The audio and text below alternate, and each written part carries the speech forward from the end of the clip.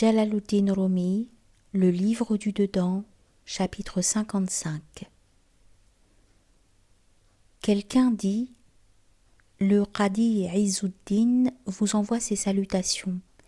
Il vous congratule et vous loue toujours. » Le maître répondit « Quiconque se souvient de nous et en parle en bons termes, que son souvenir dans le monde soit bon.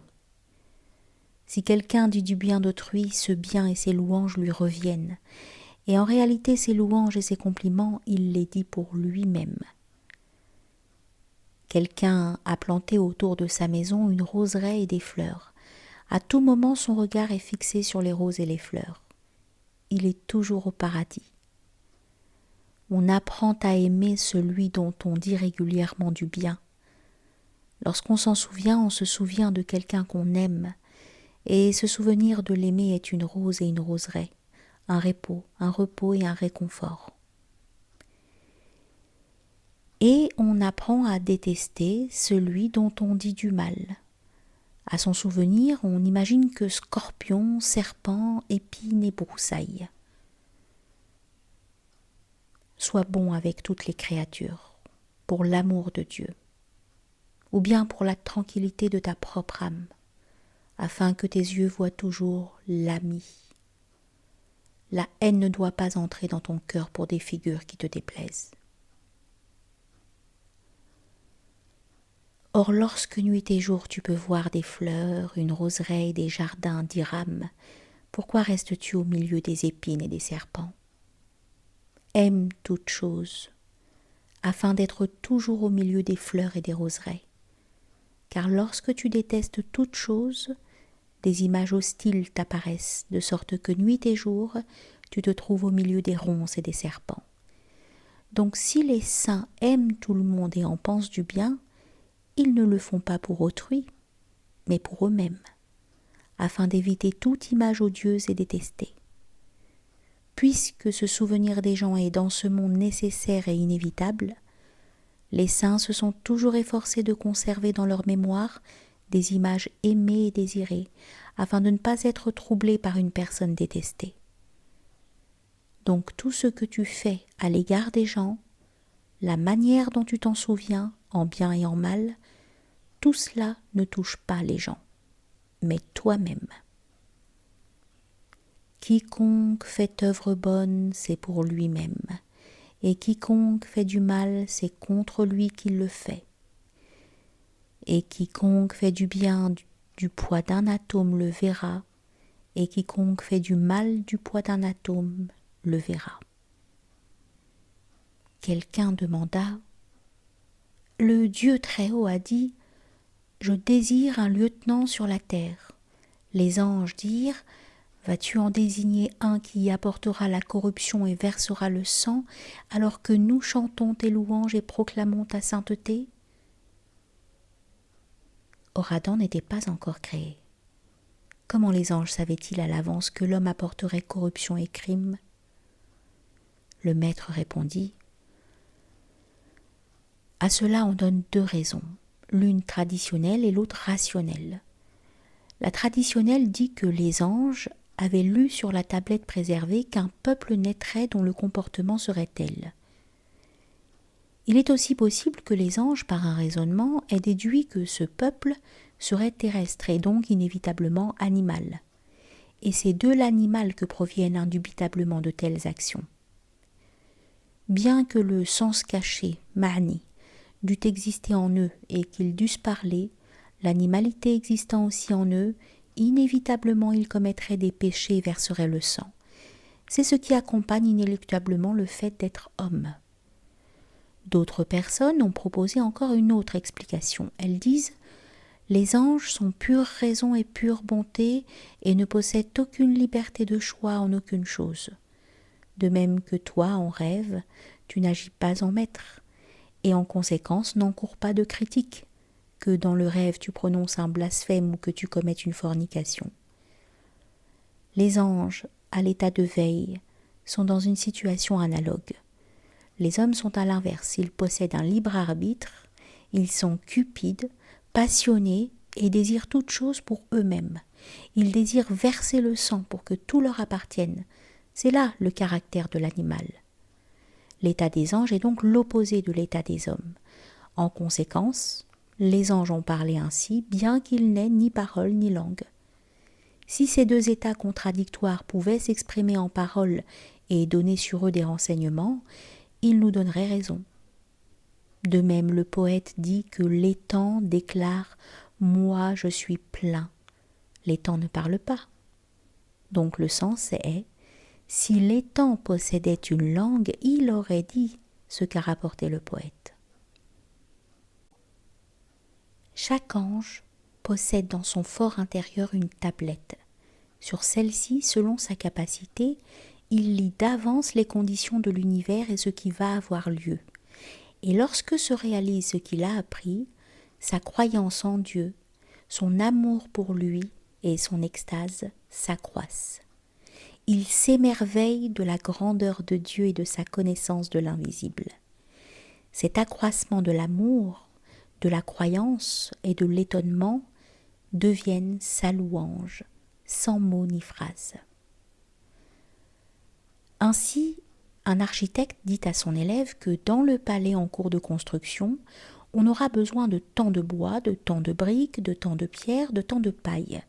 Lorsque le palais est achevé et qu'on a eu besoin de la quantité exacte dont il avait parlé auparavant, la confiance de l'apprenti grandit. Pour les anges, c'est la même chose. Quelqu'un demanda au maître Shamsuddin de Tabriz « Mohammed, le salut soit sur lui et sa famille, en dépit de sa grandeur, qui est mentionnée dans le hadith Qudsi, si ce n'avait été pour toi, je n'aurais pas créé les cieux, a dit cependant, hélas, puisse le Seigneur de Muhammad n'avoir pas créé Muhammad. Comment cela peut-il être ? Le maître répondit, par la comparaison, la parole devient claire. Nous allons lui donner une parabole afin qu'elle devienne pour vous évidente. Il raconta. Dans un village, un homme devint amoureux d'une femme. Ils habitaient tout près de l'un de l'autre et vivaient dans la joie et le bonheur. Ils tiraient leur force l'un de l'autre et étaient épanouis. Pour chacun, leur vie venait de l'autre, comme le poisson dans l'eau.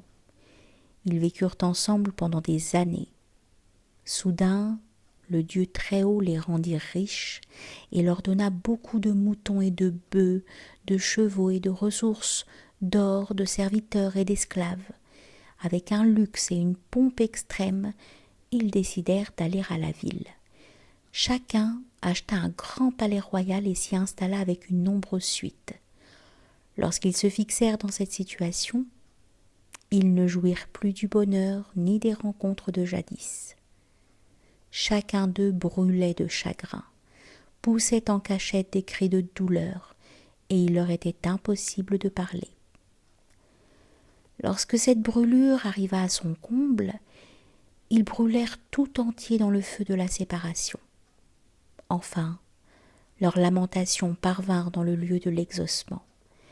Les chevaux et les moutons commencèrent à diminuer, et graduellement ils en revinrent là où ils étaient auparavant. Longtemps après, ils se réunirent à nouveau dans l'ancien village et s'occupèrent de leur bonheur. Ils passèrent leur temps à se rencontrer et à s'embrasser. Ils se souvenaient avec amertume de la séparation. Une voix s'est élevée.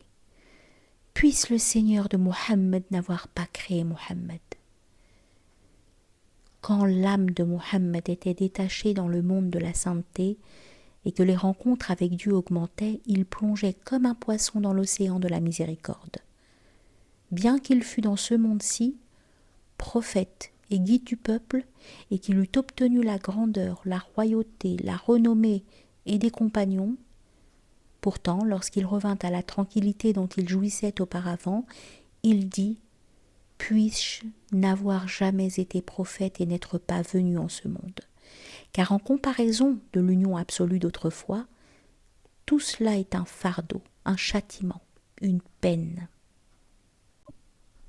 Toutes ces connaissances, ces efforts et ces services, en comparaison de la dignité et de la majesté du Créateur, sont comme un homme qui se prosterne devant toi, te serre puis s'en va.